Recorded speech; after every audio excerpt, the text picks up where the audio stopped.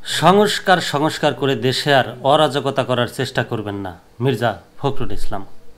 সাধারণ মানুষ সংস্কার বোঝে না উল্লেখ করে দ্রুত জাতীয় সংসদ নির্বাচনের ব্যবস্থা করার জন্য অন্তর্বর্তী সরকারের প্রতি আহ্বান জানিয়েছেন বিএনপির মহাসচিব মির্জা ফখরুল ইসলাম আলমগীর। তিনি বলেছেন, সাধারণ মানুষ সংস্কার বোঝে না, আর বোঝে দুই বেলা দুই মুঠো ভাত, মোটা কাপড় আর মাথায় ছাদ। সুতরাং সংস্কার সংস্কার করে দেশে আর অরাজকতা করার চেষ্টা করবেন না, দ্রুত নির্বাচনের ব্যবস্থা করুন, দয়া করে দেশের মানুষকে শান্তি দিন। আজ বৃহস্পতিবার বিকেলে কুমিল্লার লাকসাম স্টেডিয়ামে এক জনসভায় প্রধান অতিথির বক্তব্যে নিয়ে কথা বলেন। রাষ্ট্র সংস্কারে ৩১ দফা বাস্তবায়নে লাকসাম উপজেলা ও পৌরসভা এবং মনোহরগঞ্জ উপজেলা বিএনপির আয়োজনে এ জনসভা অনুষ্ঠিত হয়। শুরুতেই ৩১টি পায়রা উড়িয়ে জনসভার উদ্বোধন করেন অতিথিরা। নির্বাচনের মধ্য দিয়ে দেশকে স্থিতিশীল করতে হবে উল্লেখ করে জনসভায় মির্জা ফখরুল ইসলাম আলমগীর বলেন, আপনারা জাতিকে অনিশ্চয়তার মধ্যে না ফেলে দ্রুত নির্বাচনের তারিখ ঘোষণা করুন, নির্বাচনী রোডম্যাপ দিন। অস্থিতিশীল বাংলাদেশকে একটি নির্বাচনের মধ্য দিয়ে স্থিতিশীল করতে হবে। আপনারা দেশের মানুষের দিকে তাকান, দেশে আর নৈরাজ্য সৃষ্টি করবেন না, এগুলো ভালো ফল বয়ে আনবে না। যত দ্রুত সম্ভব আপনারা জাতীয় নির্বাচন দিন। অন্য রাজনৈতিক দলগুলোর উদ্দেশ্যে বিএনপির মহাসচিব বলেন, আপনারা এমন কোনো কথা বলবেন না যার কারণে জাতি বিভ্রান্তিতে পড়বে।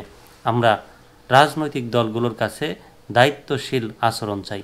বাংলাদেশ একটি ক্রান্তিকাল অতিক্রম করেছে। একটা ফ্যাসিবাদ গোটা বাংলাদেশের সব কিছু ধ্বংস করে গেছে। এই সরকারকে আমরা সমর্থন দিচ্ছি, যার কারণে তারা কাজ করতে পারছে।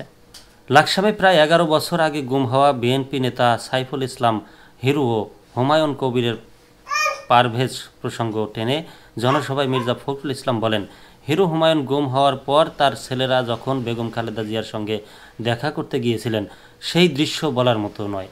তারা তাদের পিতাকে পাননি ছোটবেলায় এবং আজও তারা বাবার অপেক্ষায় থাকেন। হিরু হুমায়ুনের মতো বিএনপির ৭০০ নেতাকর্মীকে গুম করা হয়েছিল, আজ পর্যন্ত তাদের কোনো খোঁজ পাওয়া যায়নি। সর্বশেষ ২৪-এর আন্দোলনে প্রায় ২,০০০ মানুষকে গুলি করে হত্যা করা হয়েছে। এর মধ্যে বিএনপির প্রায় ৮০০ নেতাকর্মী ছিল। ৭১-এর মুক্তিযুদ্ধে কটাক্ষ করা যাবে না উল্লেখ করে মির্জা ফখরুল বলেন, ১৯৭১ সালে আমরা স্বাধীনতা যুদ্ধ করেছিলাম।